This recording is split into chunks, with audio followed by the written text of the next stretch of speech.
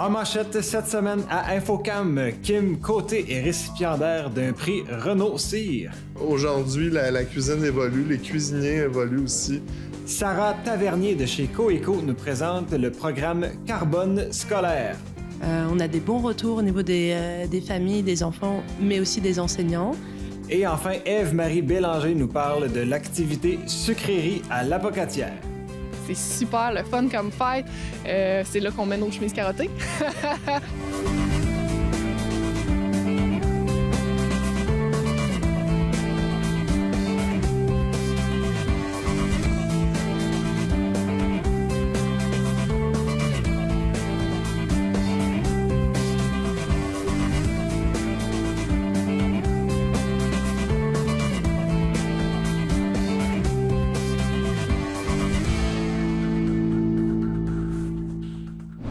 Mesdames et messieurs, bienvenue à Infocam. Mon nom est Guillaume Pigeon et voici l'actualité de la région du Kamouraska pour cette semaine. En premier lieu, j'ai rencontré Kim Côté, qui est chef propriétaire au restaurant Côté Est à Kamouraska. Avec lui, nous discutons d'un prix culinaire qu'il a remporté récemment, soit le prix Renault Cyr. Kim, c'est un honneur que tu nous reçoives ici, chez Côté Est. Récemment, tu as gagné un prix, le prix Renault Cyr. Qu'est-ce que c'est, ce prix-là? En fait, Renault Cyr, c'est un grand chef de la Côte-du-Sud. Renault, c'est lui qui a mis en vedette tous les produits québécois, en fait, dans ces années-là, que les produits de l'Europe étaient vraiment plus populaires puis meilleurs que les produits québécois. Puis M. Cyr, lui, a dit c'est pas vrai qu'au Québec, on fait pas on n'a pas une qualité d'aliments. Puis lui, il a mis l'accent sur les aliments locaux. Puis le prix Renault Cyr, mais c'est pour justement récompenser un chef qui travaille dans le même sens que M. Cyr. Alors, chez Côté Est, on roule notre boss depuis déjà 12 ans, puis on travaille là-dessus. Fait que c'est une belle récompense là, quand on pense à tous les efforts qu'on a faits. Tu m'as dit, Renault Cyr, dans ces années-là, c'est le premier qui a mis en valeur les produits du terroir, disons. On parle d'à peu près quand environ? Là? Ah, c'est les années 70-80, là. Okay. Ouais. Puis après ça, je me demandais des exemples d'aliments, tu sais, comme par exemple, tu as nommé qu'ici, les aliments du Québec versus les aliments d'Europe. Tu sais, quel genre d'aliments qu'on pourrait mettre en plus en valeur? Les fromages, les viandes du Québec, le canard, le foie gras, tu sais, c'est tous des aliments qu'on a au Québec, puis qu'on faisait venir d'Europe. Parce qu'eux autres, ils ont plus la tradition de la cuisine française de travailler ces aliments-là. Puis, cet homme-là a fait que ça s'est développé de plus en plus, tu sais. Puis je pense que... je pense pas, je suis certain que même tous les chefs au Québec qui font de la restauration comme chez Côté Est, c'est eux qui mettent de l'avant les produits inusités puis qui les font connaître au reste de la population, là. Dans la région, ici, même au Haut-Kamouraska, est-ce que c'est complexe, disons, d'obtenir ce genre de produit-là? Est-ce que c'est complexe? Il faut travailler. Je vais te donner un exemple. Moi, dans mon enfance, j'avais un souvenir d'un chevreau de lait que je mangeais chez mon parrain. Puis je retrouvais pas cette viande-là. Je trouvais du chevreau lourd, comme un peu un agneau lourd, mais du chevreau de lait, j'en trouvais pas. Puis, j'ai travaillé avec Rémi Hudon. Puis, ça fait déjà quelques années là, qu'on travaille ensemble. Puis, il me produit mes chevreaux de lait que je vais chercher à la ferme, que j'amène à l'abattoir, que je fais revenir par transport réfrigéré. Ça, c'est un produit de niche que personne n'a, là. Ça n'existe pas. Il y a juste ici que ça existe. Okay. Ouais. Okay. Puis avant l'entrevue, tu me parlais d'oursins. Tu vas me trouver drôle, mais c'est toi qui vas les pêcher. Comment ça marche? Non, mais ils sont pêchés à côté. c'est les Autochtones à Kakuna qui ont les permis de pêche à l'oursin. Puis c'est une belle pêche qu'ils font parce que c'est récolté à la main avec des plongeurs. L'oursin est méconnu. Hein? Ça vient du fleuve, c'est à côté. On connaît plus l'esturgeon, l'anguille, mais l'oursin, je dirais que 98% des Québécois n'ont jamais mangé du frais. Là. Regarde-moi pas de même. Puis aujourd'hui, j'en ai reçu 125 livres. Là, fait que là, je prépare ça pour la conservation parce que c'est une pêche de printemps puis c'est une pêche d'automne. Moi, j'aime bien cuisiner l'oursin, faire mes sauces, puis décorer avec une petite grenade. Puis, c'est beaucoup, beaucoup de temps, mais c'est ce qui fait qu'on se démarque. Là, ouais. Et qu'on gagne un prix. Exact. Là, on parle d'oursin, mais moi, une chose qui m'a toujours un peu marqué dans votre menu, c'est le phoque. On a parlé de viande du Québec en général. Écoute, c'est quoi la condition d'aller chercher tous ces produits? Il y a quand même quelque chose qui me fascine que j'aimerais que tu m'expliques un peu plus. Ben, tu sais, moi, je suis un chasseur-cueilleur. Puis l'histoire du loup marin, dans le fond, du phoque, c'est que j'ai pour faire ça vite, là, j'ai permis à des chasseurs madelinots de chasser sur mes... j'avais des champs réservés pour l'oie blanche, puis je leur ai donné la permission d'aller à la chasse. Puis pour me remercier quelques semaines plus tard, ils m'ont envoyé de la viande de loup marin. Ça a été le premier contact, là, je te parle peut-être de 2010. Là. Ouais. Puis, tu sais, j'ai goûté à ça, j'ai fait comme ça. Wow, c'est donc bien bon, tu sais. Puis, en 2012, on a ouvert, puis là, j'ai dit, moi, je mets du loup marin au menu. Mais avec toute la controverse que ça a faite, là, sur le continent, on n'était pas beaucoup à travailler le loup marin. Mais, parlez-en bien, parlez-en mal, mais parlez-en. Fait que le phoque Bardeau, il a fait le tour du monde. Puis, nous autres, on n'a pas lâché ça. Là. Le loup marin fait partie de l'identité de Côte Est. C'est le fun. Puis, en terminant, comment est-ce qu'on apprend à cuisiner ça, des aliments que peu de personnes préparent dans leur vie? C'est-tu en essai-erreur ou autrement? Je sais pas. Ben oui, essai-erreur, en demandant des conseils, surtout, tu sais, avec le loup marin, je me suis fait beaucoup d'amis aux îles de la Madeleine, puis là, tu demandes des recettes, puis tu essaies des recettes. Et je dois avouer que les recettes ancestrales des îles, c'est pas les meilleures. C'est plutôt du loup marin bouilli, mais tu sais, aujourd'hui, la cuisine évolue, les cuisiniers évoluent aussi. On va aux îles à cette heure, puis ils cuisinent super bien, puis on a tous appris ensemble. Puis, mais c'est ça, c'est vraiment de l'essai-erreur. Moi, je vous dirais que c'est sûr qu'en burger ou en saucisse, il faut le mélanger avec du porc. Mais en longe, là, il faut que ça soit quasiment bleu, là, quasiment pas cuit, là, pour que ça soit délicieux. Merci pour ces secrets. Bravo encore pour ton prix, merci. Puis merci pour ton temps. Salut. Merci. Salut. Coeco est accrédité depuis 2 ans pour offrir le programme Carbone scolaire dans les écoles. Pour cette 2e année, Coeco a pu offrir le programme dans 23 écoles différentes du KRTB. Donc, à ce sujet, Sarah Tavernier nous parle des succès de ce programme et également en quoi il consiste. Mon rôle, je suis en fait chargée d'éducation relative à l'environnement chez Coeco. Et c'est quoi en fait l'éducation relative à l'environnement? C'est un peu, moi j'explique comme vulgariser des sujets en lien avec l'environnement pour tout type de public. Ça peut aller des enfants, mais aussi ça peut jusqu'aux personnes âgées.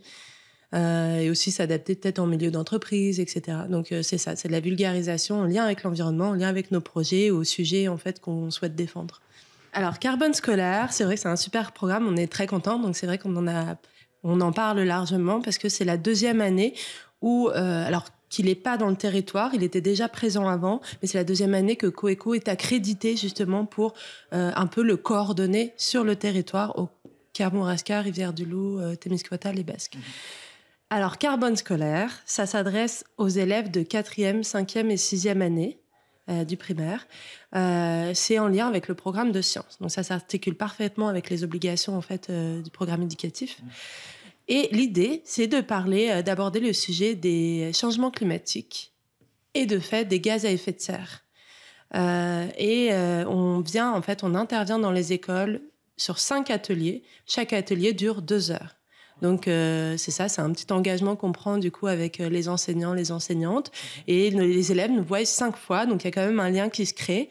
Et grâce à ce programme, en fait, on a des outils comme, là je présentais, mais on a un petit carnet d'enquête. Les enfants, en fait, sont lancés dans une enquête justement sur les changements climatiques, les gaz à effet de serre, et on passe dans les 5 ateliers à travers 5 sujets différents. Ça commence au début, c'est quoi les changements climatiques ? Deuxièmement, ça va être c'est quoi justement où est-ce que il y a des gaz à effet de serre, notamment dans la fabrication des objets. Donc, est-ce que nos objets émettent des gaz à effet de serre ? Du coup, on réfléchit à la production aussi, l'extraction, la transformation. Le troisième, si je me trompe pas, c'est au niveau de l'énergie et le transport. Ensuite, ça aussi, c'est comment on crée aussi de l'énergie, comment on transporte nos affaires.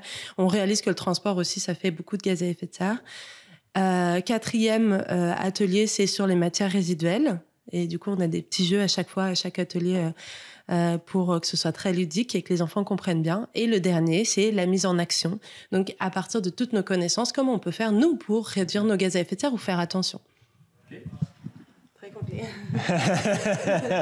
Là, j'ai entendu aussi, le thème central, disons, c'est changement climatique et gaz à effet de serre, mais j'ai entendu que c'est également une belle vision d'ensemble du fonctionnement de notre société que vous leur montrez. Est-ce que c'était voulu de faire comme cette vision-là assez globale de la société, ou c'est comme un effet parallèle? Alors, tout d'abord, nous, c'est pas Coeco qui avons monté le programme carbone scolaire. Il a été monté par un organisme qui s'appelle la Coop FA. Du coup, en lien aussi justement avec le ministère de l'Éducation du Québec. Donc, c'est vraiment précis. Et je pense, en effet, c'est l'idée d'avoir une vision générale pour comprendre aussi pourquoi on aborde ces sujets. Moi, je trouve ça assez fou d'aborder tous ces sujets avec des enfants, des fois, qui sont aussi jeunes, mais ils comprennent très bien. Parce que c'est très simple, c'est très bien amené. Et qui comprennent aussi qu'en fait, oui, on part de la planète, des changements climatiques, pour ensuite arriver petit à petit à notre quotidien. Donc, c'est normal que, oui, on parle des sujets comme la production, mais plus ça avance, ça termine l'atelier 4, justement, sur nos bacs. Qu'est-ce qu'on met dans nos bacs, chez nous ? Comment ça se passe ? Puis, à chaque fois, à chaque atelier, on ramène aussi au côté aussi plus pour soi, à la maison, pour que aussi ils comprennent que c'est pas juste à l'extérieur, puis qu'il y ait comme une séparation entre les deux, genre entre le côté société puis le côté, voilà, qu'ils comprennent qu'ils ont aussi la possibilité d'agir. Ben justement, des exemples que je me demandais, qu'est-ce que ça leur apprend concrètement? Là, vous venez de me parler des bacs. Est-ce qu'il y a d'autres exemples d'activités ou de choses qui sont comme intégrées dans cette activité-là, qui servent aux enfants dans leur quotidien? Oui, alors il y a beaucoup d'apprentissages qu'ils ont. Tout d'abord, c'est qu'ils sont capables de reconnaître en fait c'est quoi des gaz à effet de serre, où est-ce qu'ils sont émis au quotidien. Donc comprennent que chaque objet ça en émet, que quand ils se déplacent ça en émet. L'idée c'est pas non plus de créer de l'éco-anxiété, mais de savoir justement identifier tout ça. Et avec chaque atelier, on a en lien en fait un jeu en ligne et même une série d'actions à la maison. Donc ça commence par exemple quand on parle des objets, de dire une solution pour qu'est-ce qu'on pourrait faire pour éviter à chaque fois d'acheter une bouteille en plastique pour l'école. Tout de suite, s'il y a des élèves, et ils le font déjà, ils ont une gourde qui nomment avec leur nom, et en fait, ça évite à chaque fois de racheter des bouteilles d'eau, puis de jeter. Ils comprennent après tout le processus. C'est comme plein de petites actions comme ça au niveau du transport, pour aller à leurs loisirs. Il y en a une. Et ils participent beaucoup. Ils disent, moi, je prends le vélo. Ils réalisent qu'ils font déjà des actions au lieu de prendre la voiture parce qu'ils habitent juste à côté de leur aréna, par exemple. Ils m'expliquent justement comment ils s'y rendent. Dans leur alimentation, on en discute. Comment est-ce qu'ils font des fois pour réduire aussi les gaz à effet de serre au niveau de l'alimentation.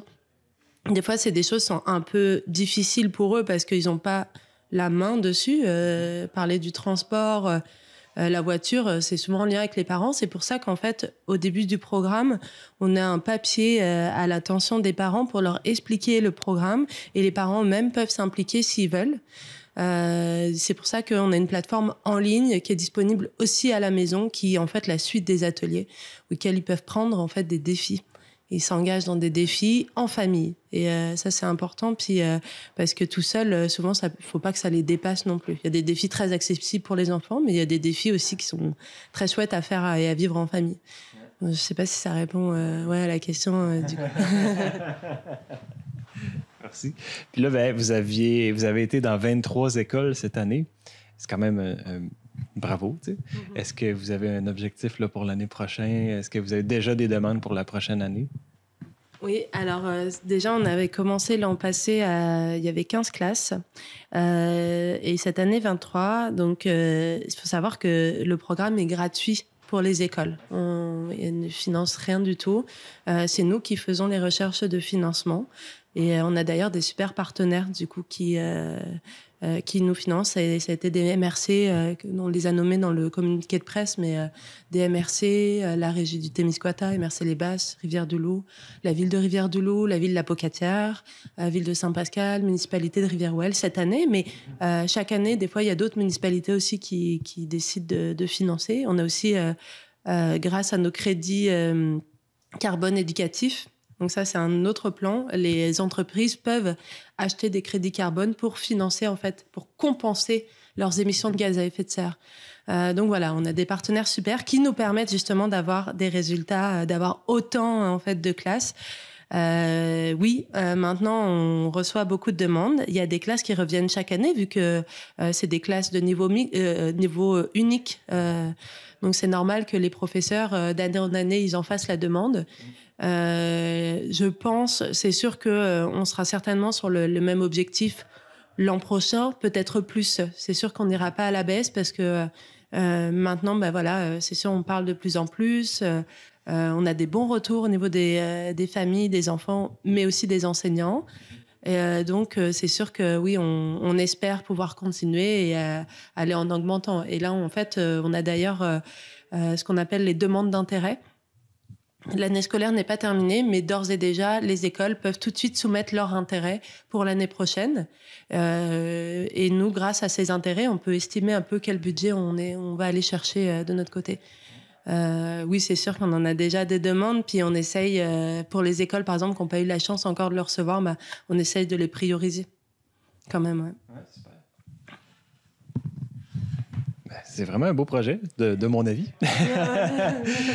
Avant de terminer, je ferai une petite aparté. J'ai vu aussi que vous avez une activité qui s'appelle Répare tes trucs qui s'en vient. Je serais curieux d'en savoir un peu plus, peut-être les dates, qu'est-ce que c'est exactement? Oui, ouais. Alors, du coup, j'ai sorti mon petit programme. Donc, je sais pas, vous avez peut-être vu passer ça. Donc, en fait, cette année, donc, on a un super programme pour le Répare tes trucs. Cette action, c'est une action qui se passe à la Pocatière, qui est financée, du coup, via la ville de la Pocatière, mais aussi via un programme du ministère de l'économie, de l'innovation et de l'énergie. Grâce à un programme. Et en fait, c'est pas la première année qu'on fait ça. Et on fait ça en partenariat avec le Cégep de la Pocatière, la SZDC du Kamouraska. Donc, cette année, c'est le 20 avril. Ça aura lieu au Cégep de la Pocatière.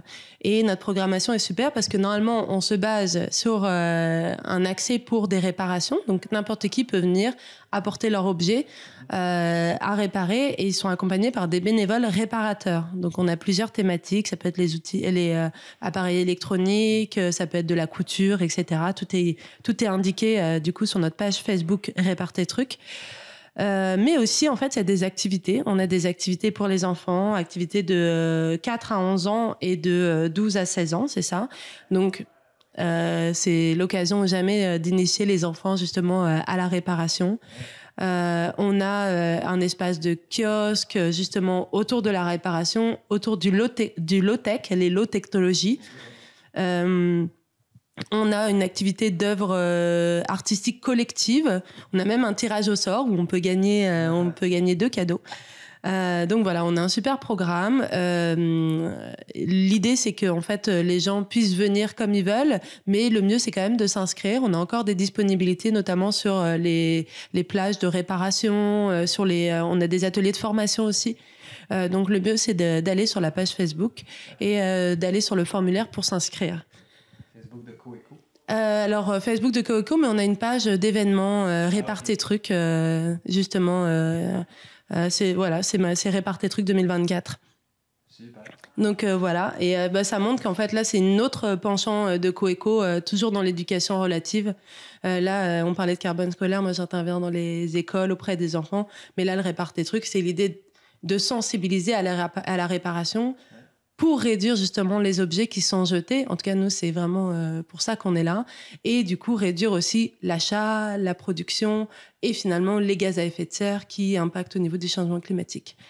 Voilà. En tout cas, l'année passée, on a eu, j'avais noté plus de 500 kilos de CO2 évités grâce à la réparation de 31 objets. Donc cette année, on espère aller encore plus, en faire encore plus. Puis, avez-vous tous vos bénévoles réparateurs ou il en manquerait encore quelques-uns? Je pense qu'on est, on est pas mal bon en termes de bénévoles. L'an passé, on en avait une vingtaine. Je crois qu'on se situe à peu près au niveau du même chiffre. On a des bénévoles réparateurs, mais après, on est toujours ouvert à ceux qui souhaitent participer. Hein. C'est pas du tout fermé. Et on a aussi des bénévoles non réparateurs. Qui veulent seulement faire de l'accueil, apporter de leur temps, passer un moment convivial. Donc, on a une bonne équipe. Puis, toutes les personnes qui seraient intéressées pour nous rejoindre, elles peuvent toujours. L'événement, c'est le 20 avril, donc il y a toujours la possibilité de s'impliquer. Sarah, merci énormément pour ton temps. Je te souhaite une belle journée. Merci, toi aussi. Bonne journée. À la ville de l'Apocatière, pour une 9e édition, l'activité Sucrerie revient.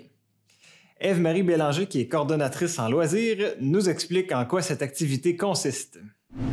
Ève-Marie, 9e édition pour Sucrerie. Quand on sera à 9 éditions, est-ce qu'on peut comprendre que c'est une activité qui fonctionne et qui est appréciée? Oui, bien effectivement, là, c'est devenu un beau classique à l'Apocatière, Sucrerie. En fait, ce qui est le fun, c'est que la tire d'érable, tout le monde aime ça. Fait que la tire sur la neige, c'est ça, c'est toujours gagnant. Les gens sont au rendez-vous à chaque année. C'est super le fun comme fête. C'est là qu'on met nos chemises carottées.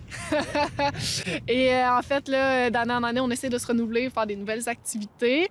Et là, depuis 2 ans, on est en collaboration avec l'Expo POC. On a décidé de s'associer ensemble. Dans le fond, l'Expo POC, eux autres, ça dure vendredi et le samedi. Et nous autres, on est là le samedi 13 avril, de 12h30 à 15h30 sur le terrain de l'ITAC. Donc, on va vraiment être en face de l'ITAC, là, près du marché public, où ce qui est l'été d'habitude. Et en fait, là, cette année, on va avoir plusieurs activités. Là. Bien sûr, comme je vous disais, il va y avoir de la tire qui va être offerte gratuitement à la population participant. Il va y avoir aussi le retour du lancer de la hache avec Tomahawk Québec. Donc, vous allez pouvoir venir pratiquer votre lancer, voir si vous êtes précis, pour atteindre la cible du milieu.